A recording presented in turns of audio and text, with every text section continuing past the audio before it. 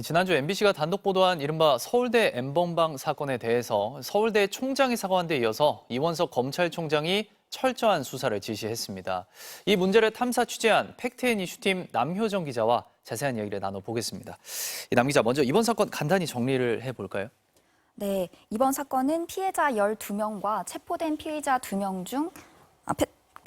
2명이 모두 서울대 동문이라는 점에서 파장이 컸는데요. 가해자들이 피해 여성의 카카오톡 프로필 사진 등을 음란물에 합성하고 또 이를 텔레그램 대화방에 유포하면서 피해자들을 직접적으로 압박한 사건입니다. 경찰은 피해 여성들을 대상으로 허위 영상물을 제작하고 또 유포한 혐의로 3명을 구속하고 2명을 불구속 상태로 검찰에 송치했습니다. 서울대 졸업생인 주범 박모 씨는 2021년 7월부터 3년간 범죄를 저질렀는데요.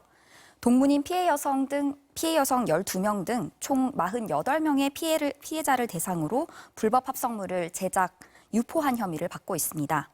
확인된 영상물은 1,800여 건이었고요. 아동 청소년 성착취물도 소지하고 있었습니다. 또 다른 주범 강모 씨는 서울대 로스쿨을 졸업했는데요. 강 씨 역시 1년 넘게 자신의 로스쿨 동기를 포함해서 피해 여성 28명의 사진을 이용해 허위 영상물을 제작, 유포한 혐의를 받고 있습니다. 이번 사건은 피해자가 직접 다른 피해자들을 찾고 또 진짜 범인을 찾아냈다는 데 좀 의미가 있잖아요. 이 과정이 쉽지는 않았을 것 같습니다. 네, 피해자들은 처음에는 각자 일선 경찰서에 신고를 했습니다. 하지만 텔레그램이라 수사가 어렵다, 혹은 피의자가 특정되지 않는다라는 등의 이유로 별다른 도움을 받지 못했는데요.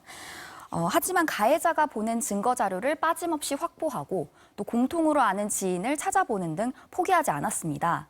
5년 전 미성년자 성착취물을 제작하고 유포한 N번방 사건 기억하실 겁니다. 네. 피해자들은 이때 범인을 쫓았던 추적단 불꽃의 원은지 씨에게도 도움을 요청했는데요.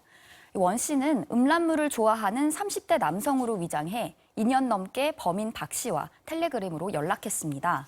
그러다가 작년 12월 서울경찰청 사이버수사대에서 이 사건을 다시 수사하기 시작하면서 원 씨도 수사에 협조하게 됐습니다.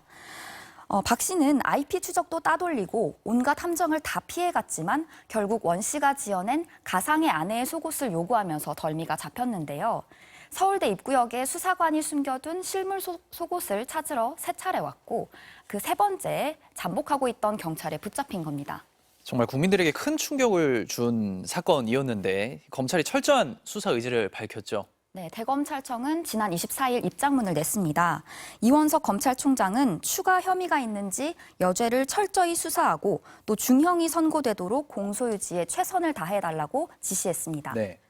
네, 주범과 여러 피해자가 졸업한 서울대도 대책을 내놨는데요.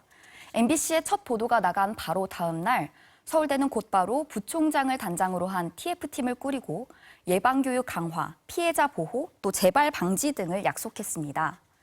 이어 지난 23일에는 유홍림 서울대학교 총장이 안타까운 마음과 큰 책임감을 느낀다며 사과했습니다. 가해자들이 제대로 처벌을 받을지도 좀 걱정입니다. 이 딥페이크 방지법 4년 전에 만들어진 걸로 알고 있는데 이게 한계가 좀 있다면서요?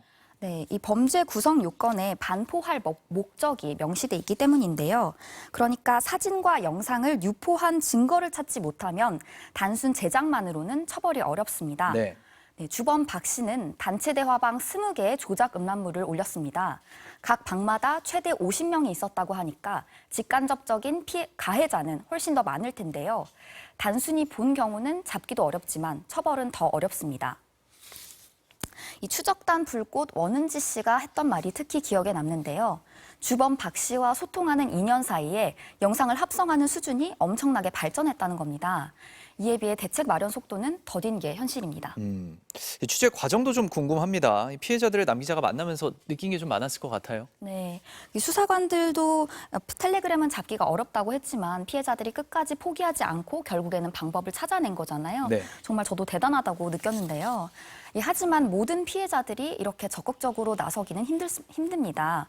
N번방 사건 이후에도 텔레그램 상에서 성범죄가 끊이질 않고 있는데 이를 근절할 수 있게 수사 역량을 강화하고 또 국가적 차원에서의 투자가 필요할 것 같습니다. 네, 남효정 기자 잘 들었습니다.